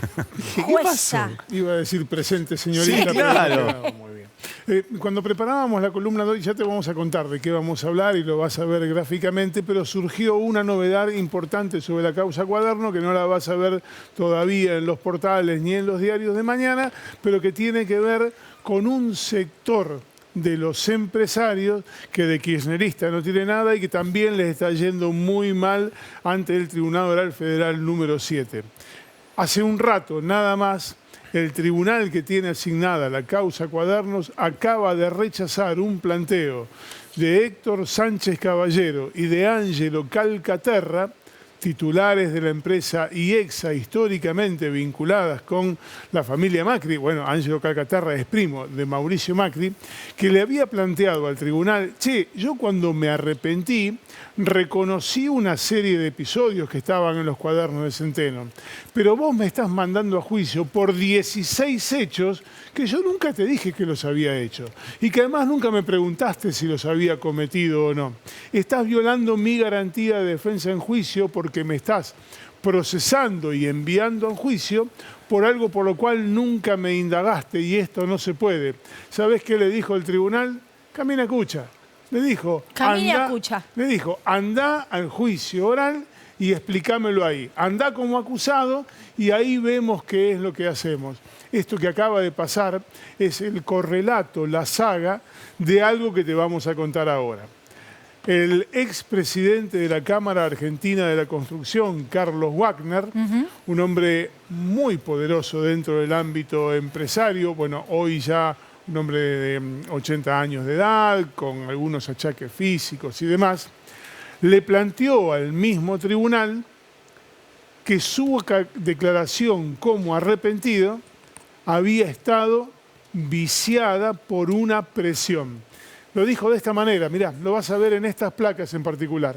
Lo que le está diciendo concretamente es la sola circunstancia de que Wagner, esto lo dice la defensa a cargo del abogado Zenón Ceballos, que Wagner se encontrara detenido al momento de participar en el acuerdo de colaboración con su libertad física condicionada a suscribir el acuerdo, resulta un elemento más que relevante para poner en juicio la voluntariedad de sus dichos. Perdón, Néstor, esto traducido es: se sintió amenazado, se sintió presionado. La pregunta es: ¿por quién? Tal cual. Bueno, lo vas a ver en la próxima placa de lo que dice él. A ver. Concretamente, lo que está contando es que para obtener la libertad, todos los detenidos y los abogados de los empresarios detenidos querían tener al menos una de las últimas sortijas que el fiscal de la causa había prometido enfáticamente para quienes se arrepintieran. Cuando arrancó la causa Cuaderno, el fiscal Carlos Stornelli había dicho: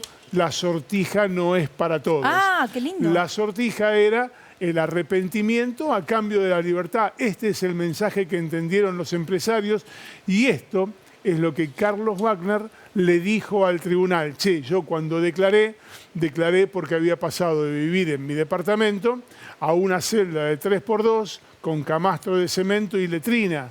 Y a mí me dijeron que si declaraba como arrepentido me iba a mi casa.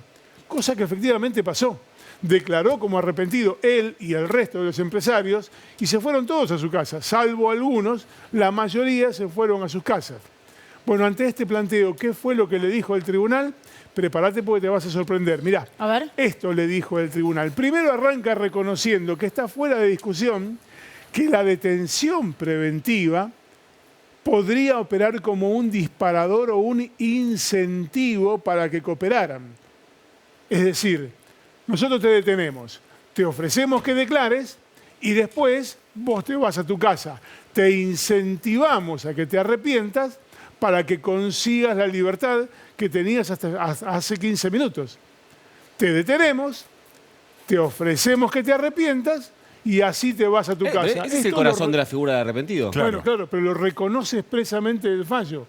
Y la suerte de coacción que denuncia Wagner es justamente eso. ¿Para qué me detenés? Si yo estaba derecho, tengo más de 75 años de edad, no me voy a profugar, no tengo medios, mis empresas están acá, ¿para qué me detenés? Lo que dice es, me detenés para generarme una situación tan gravosa que me lleve a narrarte al Martín Fierro. Bueno, y mirá la segunda parte de la placa, porque ahí hay un poco la explicación. Pero ello no deslegitima la figura por cuanto, como ya referimos, las detenciones... Como ya referimos, las detenciones o excarcelaciones de los imputados en cada caso son el resultado de una ponderación conjunta aparte. Lo que le está diciendo el tribunal es, te detuvimos, pero la posibilidad de excarcelarte no tenía que ver con que te arrepintieras, lo cual es falso. Está empíricamente demostrado que para excarcelarte tenías que arrepentirte. De hecho, Gerardo Ferreira, dueño de Electroingeniería, no se arrepintió y siguió preso. El resto que se arrepintieron salieron presos y las condiciones eran las mismas. Por el esquema de las sortijas. Y tal cual, el esquema de las sortijas. Escuché esta noticia, Néstor, la de Wagner, hoy en otro canal, antes de venir para la televisión pública, muy brevemente contada, en la que decían, ¿cómo puede ser que ahora Wagner diga esto? ¿Cómo un arrepentido ahora no se arrepiente más? Cuando en ese lugar en el que se arrepintió estaba el doctor Stornelli, gran fiscal de la Argentina, estaba su abogado que lo defendía. Stornelli. Digo, esto de que ahora los arrepentidos no son arrepentidos, ¿qué están buscando? Muy correcta la decisión del tribunal de no permitir que se desarrepienta. Digo, como cada uno juega para, en este caso, claro. este hombre, ¿no? acá donde escuchaste eso? Eso, tal cual. Tengo que contar dónde lo escuché. No, con eso digo, escribilo acá, no digas. Tal cual como lo definiste, lo resolvió el tribunal al momento de rechazar el planteo. ¿Ah, no? Bueno, míralo. Aquí está, esta es parte de lo que dice el tribunal. No se desprende con certeza de la presentación si lo que los letrados, los defensores de Wagner, buscan es cuestionar la celeridad con que el juez homologó el acuerdo. Se supone que cuando uno declara como arrepentido tiene que haber una investigación que corrobore si eso que dijo el arrepentido se verifica por otros causales, por otras líneas de investigación. Bueno, eso fue inmediato. Se arrepintieron y automáticamente lo homologaron. La otra cosa es que se cuestiona la veracidad de los dichos de su asistido, es decir, si lo que dijo es cierto o no, o si lo que se cuestiona por parte de los abogados es su propia actuación profesional en el consentimiento del acuerdo. Pero claro, los abogados te habían dicho, che, nosotros firmamos esto y acompañamos esto, porque si no mi cliente se quedaba en cana. Claro. Entonces por eso tuve que firmar. Y eventualmente la figura era tan gravosa que después lo discutimos. Pero ahora sacalo del calabozo. Esa es la trama del derecho y del revés. Hoy el tribunal oral parece más un pelotón de fusilamiento judicial, que quede claro, judicial, que un tribunal que está empecinado en buscar justicia. De hecho, lo que quiere es que el juicio se haga, que se haga con todos, que se haga omitiendo las irregularidades y que solo en el debate se pueda resolver a ver si tienen o no tienen razón, pero partiendo de la base de ese preconcepto, que todo lo que le pidieron antes, a todo le dijo que no. Nunca hay que olvidar que Stornelli estuvo en rebeldía porque estaba imputado por haberle querido poner droga en la valija del novio de su exmujer. O sea, yo me separo. Fue sobreseído por eso. Fue sobreseído, claro. Qué casualidad. Fue sobreseído por ese Me quedo con lo que decía Nico. Lo que deberíamos discutir es la esencia misma de la figura del arrepentido. Porque conlleva efectivamente esta coacción respecto de o te meto en cana o te arrepentís, decís cualquier cosa, insisto, te confieso, confieso el Martín Fierro. Acá hay, corregime esto si lo que voy a decir es una barbaridad, pero me parece que acá el principal problema es que eran prisiones preventivas incorrectas. Sí, entonces, claro. O sea, el primer movimiento de coerción ya era Claro, irregular. ya veo gente en Cana que es inocente. ¿Cómo debería funcionar la figura del arrepentido? Claro. La figura del arrepentido debería ser, bueno, yo te detengo o avanzo en un proceso judicial con vos a partir de esto y esto que tengo sobre vos. Bueno, vos si vos me aportás información que a mí me permita... No avanza el proceso. O claro, se limita el ¿entendés? proceso, pero no te meto en ganas. Negociás, pero además primero deberías de corroborar si la información que te da es veraz antes de homologar un acuerdo. Entonces, ese contexto es uno... 10 segundos más. Se arrepintieron en la etapa de investigación, en la etapa de instrucción de la causa. ¿Qué valor tiene ese arrepentimiento al momento del juicio? Y depende de lo que decidan los jueces. Si los jueces deciden que eso no tiene ningún valor, el haberse arrepentido en la etapa de investigación, al momento de mensurar la pena, no sirve para nada. Está claro que está en juego el sistema institucional, está claro el futuro, la vida personal de cada una de estas personas. Ahora, el daño político y el modo de intervención en la vida política que tuvo esto en la Argentina es irreparable. Político y empresario. A ninguna de estas empresas le resultó gratis haber transitado por la causa Cuadernos. Sí, si hay algo que tiene la causa Cuadernos es que está compuesta por un montón de personas que en su vida se hubiesen imaginado en Cana. Y que habían votado a Mauricio Macri. Quiero decirlo porque estoy convencida de que lo hicieron. Flor, nos metemos en lo que tiene que ver con el viaje de Sergio Massa. Vos nos contabas antes, bueno, la información dura, pero habló desde Washington de dolarización. Sí, me pareció una pregunta muy interesante que le hicieron en la conferencia de prensa, porque Massa, decíamos antes, estuvo reunido con funcionarios del gobierno de Estados Unidos, también del Tesoro estadounidense, también de bancos multilaterales, y en ese contexto uno de los colegas le dijo: ¿hablaste con toda esa gente de qué les pasa con Javier Milei? No sé si tenemos el tape para escuchar precisamente lo que dijo Massa de eso.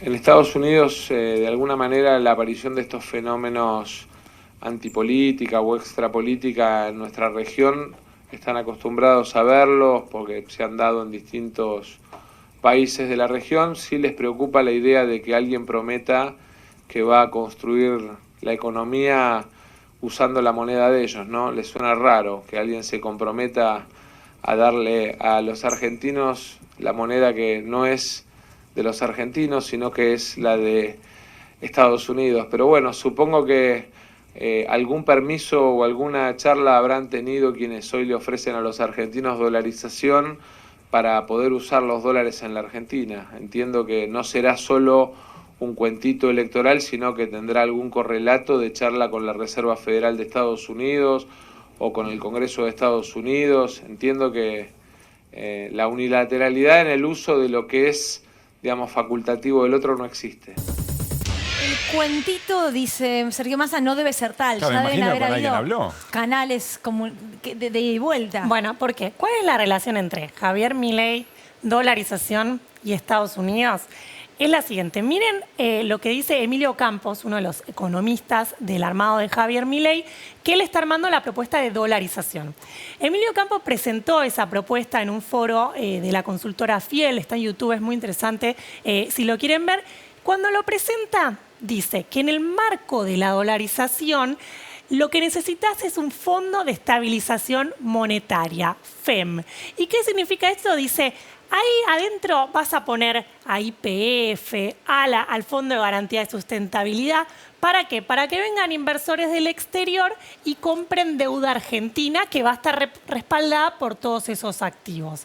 ¿Qué dijo? O sea, cualquier cosa te quedas con YPF, cualquier cosa te quedas con el Fondo de Garantía de Sustentabilidad. La joya de la abuela. Sí, de hecho en una de las entrevistas que da Emilio Campo, vieja, no es tan actual de estos días, sino de hace un par de meses, dice: sí, es como empeñar las joyas de la abuela y el año que viene supuestamente las vas a tener otra vez. Bueno, lo cierto es que lo que dice Emilio Campo en esta presentación es: ¿por qué para dolarizar necesitas dólares? Porque justamente dolarizar es que tu economía se mueva con dólares. Para eso necesitas un tipo de cambio de conversión, es decir, ¿cuántos, digamos, un dólar a cuántos pesos va a equivaler? Sí. Claro. Si vos en esa economía la llenás de dólares, ese tipo de cambio de conversión es más bajo. Por ejemplo, lo que plantean los economistas de Javier Milei es que si vos conseguís unos 40.000 millones de dólares... ¿Y quién te los va a dar? A través de este fondo, por eso el fondo de estabilización del que habla Emilio Campo, si vos conseguís 40.000 millones, ese tipo de cambio de conversión sería de unos 800 pesos. Entonces vos tendrías que agarrar tu sueldo de hoy, lo dividís por 800 y decís, bueno, esto voy a ganar en dólares. Eso bajo el fuerte supuesto de que conseguirías 40.000 millones de dólares vía este supuesto fondo de estabilización monetaria. Pero también Milei habló de fondos de riesgo, ¿no? Fondo de inversión de riesgo, que en otro idioma llaman fondo buitre. Es que puede ser cualquiera, en realidad. Es que en verdad esta es la dinero. propuesta de Emilio Campo, pero Milei dice que tiene 4 distintas. Y lo cierto es que, digamos, ¿por qué explicamos esto del tipo de cambio de conversión? Porque si vos no conseguís esos 40.000 millones de dólares de los que habla Milei, el tipo de cambio de conversión no va a ser de 800, sino de, algunos te hablan que puede ser de, no sé, 5.000 pesos. O sea, $1 igual 5.000 pesos. Si vos agarrás un sueldo y lo dividís 5.000, no lo hagan en sus casas porque te pones a llorar en 3 minutos. O sí, háganlo y eventualmente piensen en octubre. Claro. Sí, estén sentados. Claro. Entonces, ¿qué dice Emilio Campo en esta presentación? Con este fondo vamos a conseguir esos dólares y ya hablamos con bancos internacionales, con abogados de Estados Unidos. Entonces, se van a conseguir esos dólares para que tengas un tipo de cambio que no te haga que un salario sea, no sé, $5. Bueno, eso en cuanto, entonces, teníamos la postura de Massa por un lado, la postura de Emilio Campo por el otro, y por último les traje la postura de el señor Finanzas Internacionales. Otra vez. Ya tuvimos al Messi. No, pero es Finanzas Internacionales de verdad. Cristiano Ronaldo. Ok, bueno, porque el Messi ya lo tuvimos. No nos fue tan bien con Mira, él. vamos a compartir un tuit de Robin Brooks, que ustedes me dirán, ¿quién es Robin Brooks? Es el economista en jefe de la Asociación Mundial de la Industria Financiera. La pelota. O sea, cualquier banco internacional debe conocer lo que es haber estudiado, mirá vos, Caruso. Lo que es haber estudiado, Robin Brooks, economista. ¿Y qué dice en su cuenta de Twitter? Dice, el peso está en caída libre porque Argentina vive por encima de sus posibilidades. Miren las importaciones, abajo del tuit comparte el gráfico, miren las importaciones que están cerca de su pico histórico. Argentina necesita recortes en el gasto fiscal y una recesión para arreglar esto. ¿Cómo hacer de esto de una manera justa? Es lo que debería tratarse esta elección. No la dolarización. Pasó dice Robin Brooks y te dijo que eso es un montón. Es un montón, sí. Igual recomienda a Dunga Dunga, ¿no? Sí, claro. Por eso digo. O sea, tenés que no dejar de decir cosas que intentamos vos y yo nada más. Dunga es un montón. Porque eso lo entendí, pero me pareció un montón. No, es un chiste. Claro, pero bueno, qué pintas. Veamos cómo sale la elección en octubre. Y me voy a quedar corto. No me hagas hacer chistes que yo me arrepiento. Bueno, está muy bien. Te cuido. Flor, estuvo espectacular. Gracias, Robin Flor. Brooks, gracias. Bueno, vamos a ir al living. Sí, nos vamos a ir al living, pero antes compartimos palabras del presidente de Brasil, Luis Ignacio Lula da Silva, porque se está realizando una reunión de los BRICS a las que Argentina en un momento determinado estaba muy cerquita de integrar este grupo de países que de algún modo desafían la hegemonía de Estados Unidos en el juego internacional. Vean lo que decía Lula. Pode ver isso, a situação da Argentina. Como é que está difícil por causa do empréstimo que foi feito por interesses políticos do FMI. Os 44 bilhões emprestados ao Macri na época das eleições. Há quem diga na Argentina que esse dinheiro foi emprestado por conta das eleições para que o Macri pudesse ganhar as eleições. Ele não ganhou, o Alberto Fernandes ganhou e o Alberto ficou com a dívida e que agora tem que pagar. E eu, por exemplo, defendo que os nossos irmãos da Argentina possam participar dos BRICS. O Brasil não pode fazer política de desenvolvimento industrial sem lembrar que a Argentina é um país que tem que crescer junto com o Brasil. Nós temos que compartilhar as coisas que nós fazemos com a Argentina. Bien, contundente la posición de Lula, ¿no? A veces nos defiende más que los propios Lula, ¿no? Fuerte. Bueno, ¿por qué no lo podía Está decir? Néstor Restivo con nosotros, colega, periodista y especialista en política internacional. Y también comparte con nosotros la charla vía Zoom el analista internacional Javier Badel, a quien le agradecemos, por supuesto, también estar aquí con nosotros, un gran especialista sobre estos temas. Néstor, ¿en qué situación está? La reunión de los BRICS se está desarrollando ahora en Sudáfrica. ¿En qué situación está la posición de la Argentina para poder ingresar? Creo que, como bien decís, Argentina había hecho un planteo, igual que otros países, para ingresar al BRICS, y eso no se va a dar en esta reunión que dura desde hoy hasta el jueves. ¿Por qué no se va a dar? Básicamente por 3 cosas, en mi opinión. Por un lado, hay, quizá de menor a mayor, hay falta de consenso interno en la Argentina. Esto la verdad que hay que decirlo. El gobierno argentino, como en muchas otras áreas, no tiene una posición común, digo la Cancillería concretamente y otros sectores del gobierno, de cómo avanzar integrándose a este nuevo mundo que están haciendo. Y eso hace ruido. En segundo lugar, claramente hay una presión internacional del FMI, de Occidente, para que los BRICS no se amplíen más. Los BRICS están planteando desdolarizar la economía mundial, plantean un camino totalmente distinto al que plantean los poderes de Occidente y por supuesto operan para que esto no avance más de lo que ya está. Los 5 países que forman el BRICS hoy representan 1/4 ya de la economía mundial. Si se amplía van a representar más y es un desafío mayor a Occidente.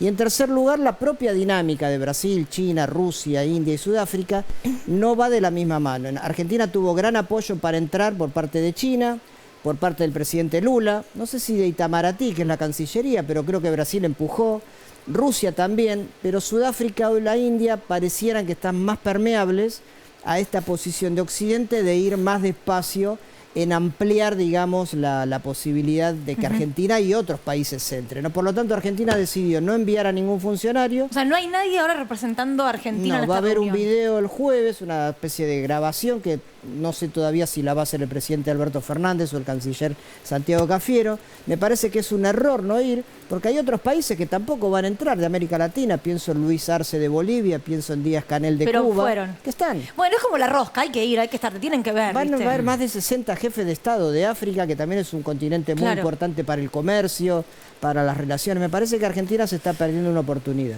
Javier Badel está en Belo Horizonte. Javier, buenas noches formalmente. ¿Cómo se ve todo esto desde Brasil? Buenas noches. Desde Brasil hay algunas posiciones interesantes porque desde la CNN o otros medios, Globo, Folia, desde un primer momento dijeron que Brasil se mantenía un poco escéptico en la posición de ampliar los BRICS, ¿no? Como Néstor, lo saludo desde lejos, participamos en un grupo. Y bueno, un honor estar con él aquí. En segundo lugar, en ese momento, cuando se dijo que había muchas dudas en la ampliación, apareció un discurso de Lula por allá atrás que mencionó 3 países. Entonces, yo estoy de acuerdo con Néstor de que hay, a pesar de que yo tengo alguna información interna, pero hay algunas diferencias dentro del mismo gobierno Lula en relación a ampliar o no ampliar. En segundo lugar, tenemos que ver cuáles son los criterios para ampliar. Lula mencionó 3 países: Arabia Saudita, Emiratos Árabes y Argentina.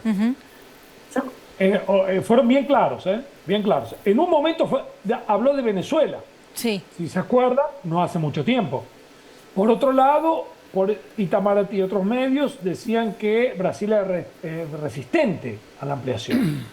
Entonces, bueno, creo que Lula ahora volvió a mencionar a Argentina de manera muy fehaciente, muy asertiva, y creo que él tiene una visión estratégica y el grupo que rodea a Lula un poquito diferente a lo mejor a lo que podríamos denominar un deep state del Itamaraty, que quiere negociar otras cosas. Claro.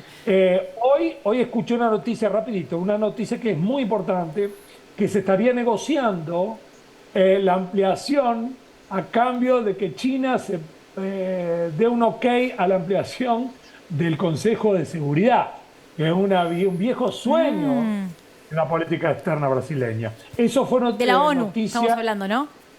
Exacto, de la ONU, exacto. Claro. Es un elemento.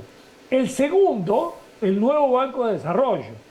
Porque en un momento una alta embajadora de Itamaraty, en una entrevista, que inclusive participé, dijo lo siguiente: el criterio para entrar al banco podría ser uno de los criterios para entrar a los BRICS, que son cosas diferentes, pero el problema es negociación de criterios en una disputa diplomática bastante difícil. Claro. Vietnam quiere estar, China se resiste. Claro. Es un juego, una diplomacia que está haciendo, claro, yo no estoy adentro de la cocina, cocinando, únicamente afuera, Te encantaría igual, Javier. Pero digo, te encantaría, obvio. Digo, pero sin ninguna duda, coaliciones de gobierno, tanto la que gobierna ahora Brasil como la que gobierna Argentina, bueno, con diferencias muy importantes, por lo que cuenta Javier, por lo que mencionabas vos, Néstor, también. Eso en un punto sería el principal problema de por qué no está ocurriendo. Bueno, pero son coaliciones parecidas, pero con una gran diferencia. Lula tiene que ese también es un elemento a considerar. Lula tiene un horizonte de gobierno de varios años. El gobierno argentino está terminando, cualquiera sea la resolución que tome el electorado en octubre. Y entonces también desde el BRICS, yo no sé cuánto incide en eso. ¿Por qué abrirle la puerta a un país como Argentina? Más allá de que aparentemente va a estar cerrada para todos. Por ahora va a haber una declaración de intenciones que se va a ampliar en algún momento, que hay un procedimiento para ingresar. Pero digo, Argentina eventualmente puede llegar a cambiar en forma completa su política exterior de aquí a 2 meses. Claro, puedes estar dejando entrar al grupo a alguien con una conducción como la Libertad. Por ejemplo, entonces, si bien eso no creo que sea el punto central, porque hay otros países que también están en la misma situación que Argentina, también el BRICS tiene algunos ruidos internos. Yo creo que el factor más fuerte es la presión externa. Gente que acompaña, fuentes oficiales que acompañan al ministro Massa en Washington ahora, han percibido en Washington que hay una visión de atención a lo que pasa en Sudáfrica y que no tienen ninguna gana de que eso se amplíe, porque insisto, una ampliación del BRICS es todavía un desafío mayor como construcción alternativa del sur global a los poderes fácticos que representan Washington, el FMI y Occidente en general. Vamos a hacer un corte, no se vayan, Javi y Néstor. Yo te dejo una pregunta, ¿por qué efectivamente le preocupa tanto eventualmente a Estados Unidos y Europa que se amplíe el BRICS? ¿Qué es lo que está en juego para dejarlo bien en claro? Todo eso después del corte.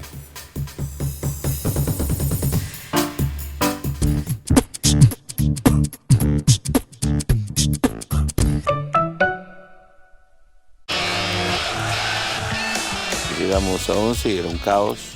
Nadie tenía que estar para controlar si había un candado o no. Pero yo soy jefe de gobierno, lo soy. Pero díganme qué. Siempre hablamos de masacre y siempre tuvimos bien en claro que en realidad lo que pasó en Cromañón tuvo responsables concretos. El 30 de diciembre del año 2004, una palabra que asociábamos al pasado más remoto se hizo presente entre nosotros de la peor manera. Cromañón. 40 años de democracia con Marcelo Figueras. Miércoles, 22:30. Televisión Pública.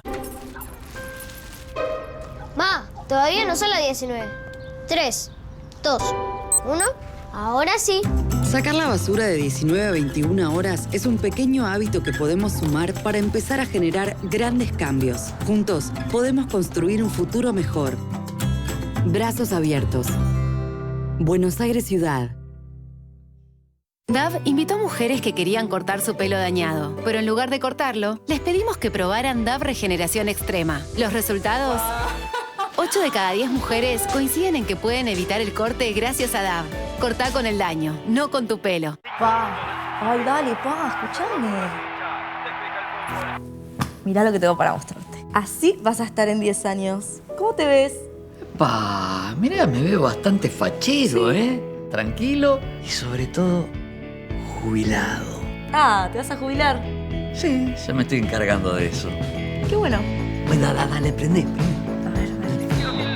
Si te faltan hasta 10 años para cumplir la edad para jubilarte y adeudás aportes, ahora los podés regularizar con el nuevo plan de pago de deuda previsional. Tu esfuerzo cuenta. ANSES, Argentina Presidencia. A mi pyme le doy la fuerza que necesita con los beneficios de BBVA.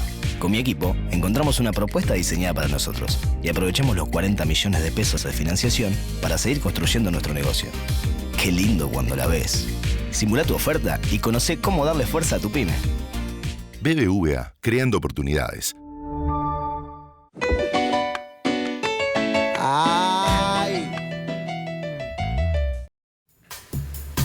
Muy bien, seguimos en Desiguales, quedó picando. Ahí estamos hablando sobre la posibilidad concreta del ingreso de Argentina al grupo de los BRICS, que insistimos, le desafía la hegemonía de Estados Unidos y Europa desde otros países con economías muy importantes. Ahora, ¿en qué sentido, Néstor? Explícanos bien por qué efectivamente molesta, eventualmente hasta para el Fondo Monetario, el ingreso de nuevos países al BRICS o Argentina en particular.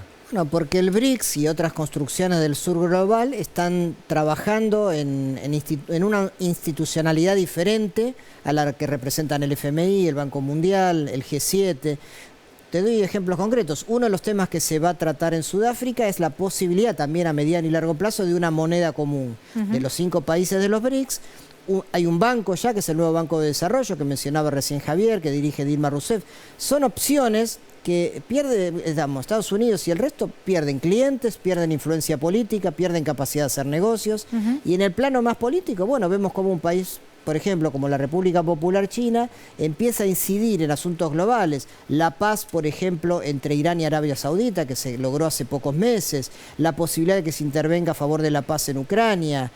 Lo que está pasando en África con muchos países que se rebelan contra el neocolonialismo francés. Todo eso, lo que ofrece el BRICS, es muy diferente a lo que ofrece Occidente. Claro. Y en la medida que eso crezca, se consolide y se amplíe, por supuesto, Estados Unidos y sus aliados principales pierden esferas de influencia y de negocios. Ahora, le quiero preguntar a Javier por China, ¿no? Porque cuando hablamos de Estados Unidos, en espejo aparece China. Y si algo que tienen los asiáticos en general es mucha paciencia, por su historia y demás, ¿no? Por su manera hasta de vivir, diría. ¿Qué piensa China en todo esto, Javier? ¿Tengo tiempo? ¿Voy por el buen camino? Digo, ¿lo que está ocurriendo lo favorece? Lo favorece casi todo. En primer lugar, el BRICS es una herramienta de la globalización con características chinas. Porque hay otras. El Belt and Road Initiative es otra. La iniciativa de desarrollo global es otra, ligada a la cooperación sur-sur. Y la política de forums con el sur global es otra.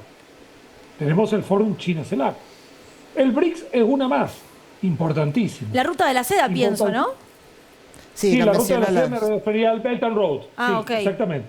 Entonces son varias iniciativas y cada una, y el Banco Asiático de Inversiones y Desarrollo. Y cada iniciativa va creando un universo nuevo, un ecosistema nuevo, que yo lo denomino globalización con características chinas. Y no nos olvidemos que tenemos también organizaciones regionales como la Organización de Cooperación de Shanghái, que es liderada por China y Rusia, básicamente, una iniciativa que viene de los 90 y empieza en 2001, que también la propuesta de China es crear un banco de desarrollo de la Organización de Cooperación de Shanghái. O sea, China diversifica esa manera de política externa, ¿no? Ahora, yo quería colocar una cuestión que quedó pendiente de Brasil en ese universo. Sí. Porque el BRICS significa para Brasil, diferentemente para Argentina, independientemente de la polarización parecida política, una forma de inserción geopolítica que trasciende el atlanticismo histórico brasileño. Entonces el BRICS quiebra en alguna medida eso. Y observen que con Bolsonaro, que podría haber un paralelo con el futuro Milei, las relaciones con China diplomáticas eran muy malas, el comercio era muy buena, pero cuando él participó en la reunión de los BRICS, hubo pandemia, en la última hasta agradeció a China por la cooperación y la ayuda. El gobierno Bolsonaro no estuvo en contra de que Argentina ingresase a los BRICS. Yo veo más, ¿se acuerdan la negociación con Scioli en Brasil? No había información de ese Itamaraty, no había no era un obstáculo, ¿no?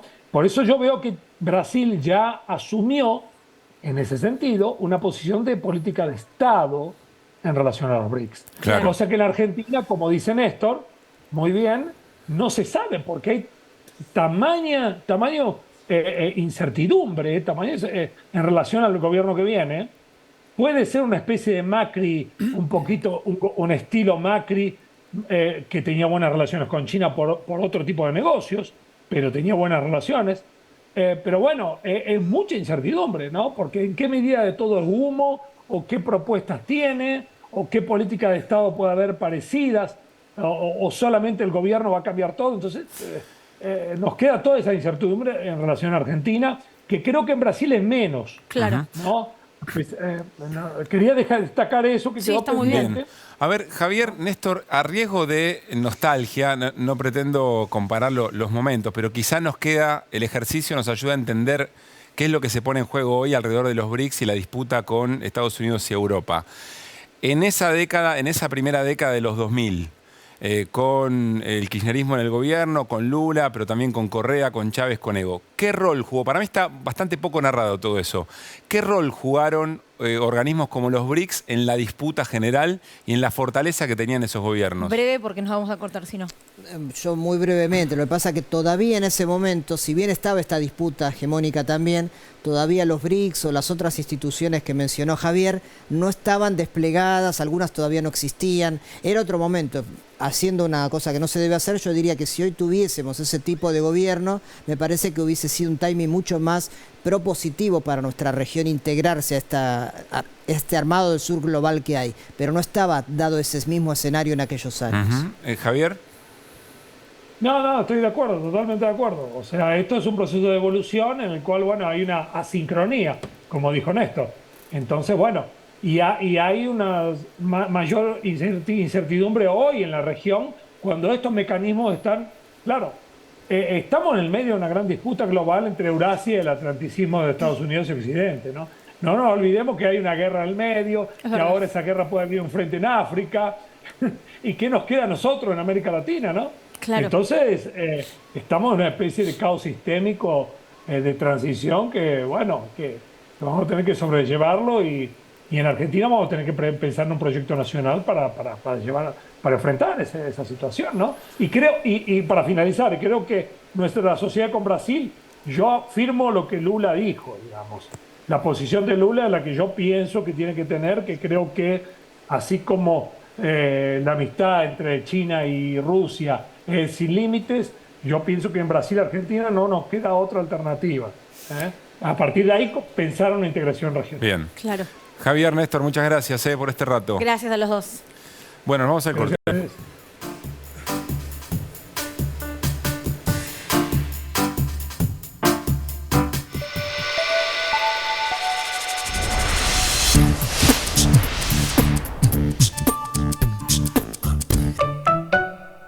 No tenía duda de que era para nosotros. Conocer la historia de Nahuel Molina.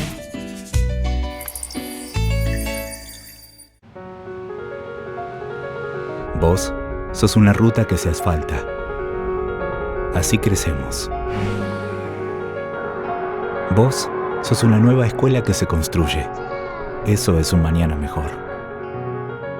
Vos sos un hospital que siempre te atiende, porque tenés derecho a la salud. Todas y todos por la provincia. Unidos hacemos más. ARBA, Agencia de Recaudación de la Provincia de Buenos Aires. Ma, todavía no son las 19. 3, 2, 1, ahora sí.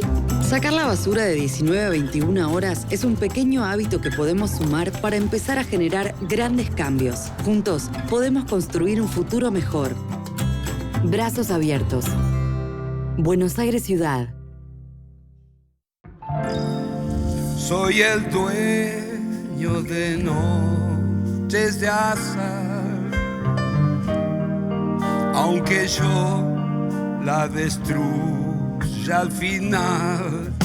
La calle es un lugar, ella sabe bien, no va a volver atrás, ni por uno, ni por 20, ni por 100. Anfitrión, martes, 23:30, Televisión Pública. Últimas semanas en Tecnópolis, hasta el 27 de agosto, con entrada libre y gratuita. En Tecnópolis somos el baile, la música, la alegría. Nuestra cultura es tan diversa. Hay un lugar que se llama Tecnópolis. Poder jugar con tus compañeros, compartir, jugar en equipo. Para pensar nuestro presente. Científicas, quiero ser. Para inventar el futuro. Jueves y viernes de 10 a 18. Sábados, domingos y feriados de 12 a 19. Tecnópolis, la potencia de lo colectivo. A mi pyme le doy la fuerza que necesita con los beneficios de BBVA. Con mi equipo encontramos una propuesta diseñada para nosotros y aprovechemos los 40 millones de pesos de financiación para seguir construyendo nuestro negocio. Qué lindo cuando la ves. Simula tu oferta y conoce cómo darle fuerza a tu pyme. BBVA, creando oportunidades.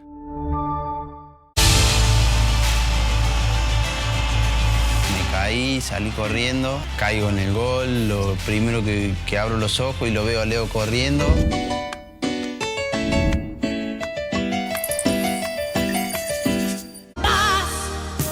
Me das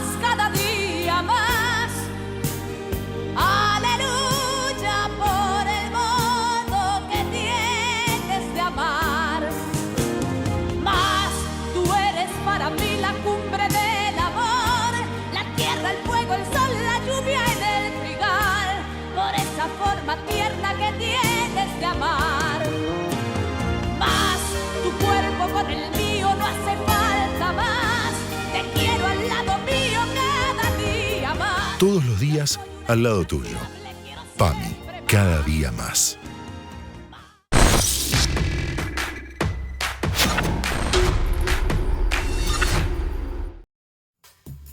Bueno, muy bien, nos estamos despidiendo. No le puedo preguntar al resto de la mesa de esta noche si el señor Néstor Espósito. ¿Cómo estás para mañana a la noche? Bien. Fútbol. Tranquilo. Bueno. Estás re bardero con vos hoy. ¿Qué le pasa? Porque no dije nada y con Flor tampoco. No es Pero es la momento. primera vez que preguntas eso. El resto vendrá desiguales. Mañana a las 9 de la noche, ¿no? No me voy a hacer cargo de esto. Hoy una deja pasar una. Mirá que el programa se termina, pero vos te quedás acá, yo me quedo acá. No es que... Mañana nos vemos, chicos. Chau, chau, chau. Una fantasía del aire.